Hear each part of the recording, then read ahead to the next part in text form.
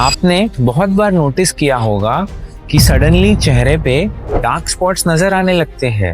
ये थोड़े dark brown colour के होते हैं। इसे नॉर्मली लोग झाइयाँ कहते हैं और मेडिकल भाषा में इसे मेलाज्मा कहा जाता है। मेलाज्मा कई अलग अलग प्रकार के होते हैं और नॉर्मली फेस पे ज़्यादातर ये गाल यानी चीक्स पे और नोज पे नज़र आते हैं। हालांकि फेस के बाकी एरियाज पे भी आ सकता है, but most common location cheeks और नोज होता है। इसको ठीक करने के लिए आपने कई सारी ट्रीटमेंट्स ट्राई की, कुछ होम रेमेडीज भी ट्राई की है, कई सारे क्रीम लगाए, लेकिन ये मेलाज्मा है कि वापस आ जाता है। तो ये वीडियो आप एंड तक जरूर देखें, क्योंकि हम इसमें डिस्कस करेंगे कि मेलाज्मा क्यों होता है, मेलाज्मा के कितने प्रकार होते हैं और क्या हम इस मेलाज्मा को परमानेंटली ठीक कर सकते हैं।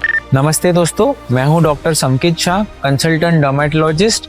मैंने आज तक 40-50,000 से भी ज्यादा पेशेंट्स को अपनी स्किन केयर रूटीन सेट करने में, अपनी स्किन को इम्प्रूव करने में हेल्प की।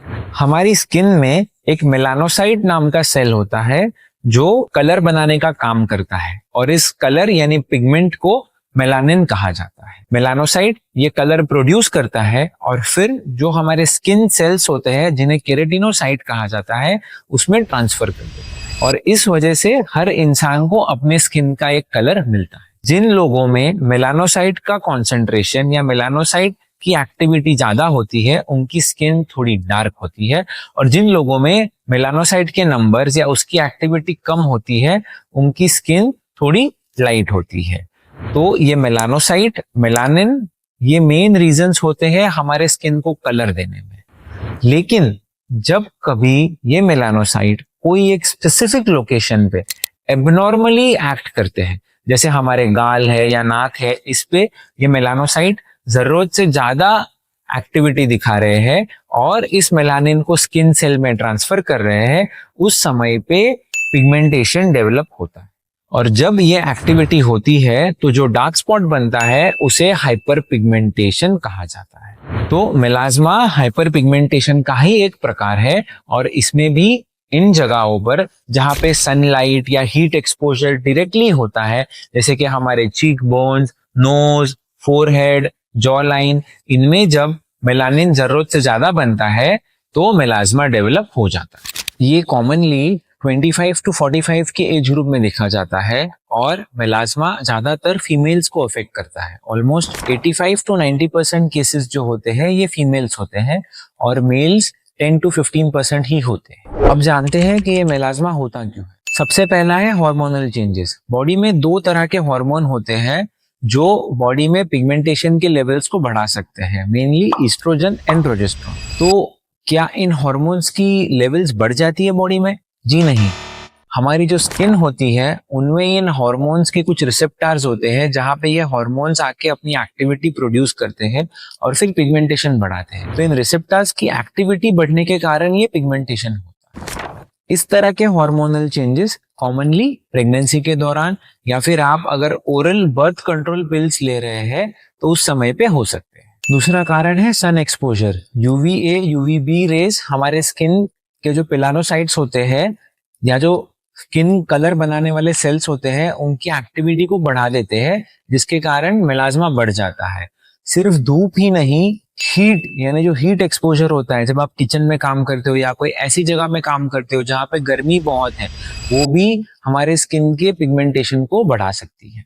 चौथा होता है रॉन्ग स्किन केयर प्रोडक्ट्स। अगर आप कोई harsh skin care products use कर रहे हो, कोई एक्सफोलिएंट्स यूज कर रहे हो, तो इससे आपके स्किन में रिएक्शंस हो सकते हैं, स्किन में ड्राइनेस आ सकती है, रेडनेस आ सकती है और जब ये रिएक्शन ठीक होता है तो ये आपकी स्किन के पिगमेंटेशन को एग्रेवेट कर सकता है या फिर एग्जिस्टिंग मेलाज्मा को भी एग्रेवेट कर सकता है। तो दोस्तों, अब हम जानते हैं कि मेलाज्मा के कितने प्रकार होते हैं। मेलाज्मा के मेनली दो टाइप्स होते हैं, एक होता है सुपरफिशियल, दूसरा होता है डीप।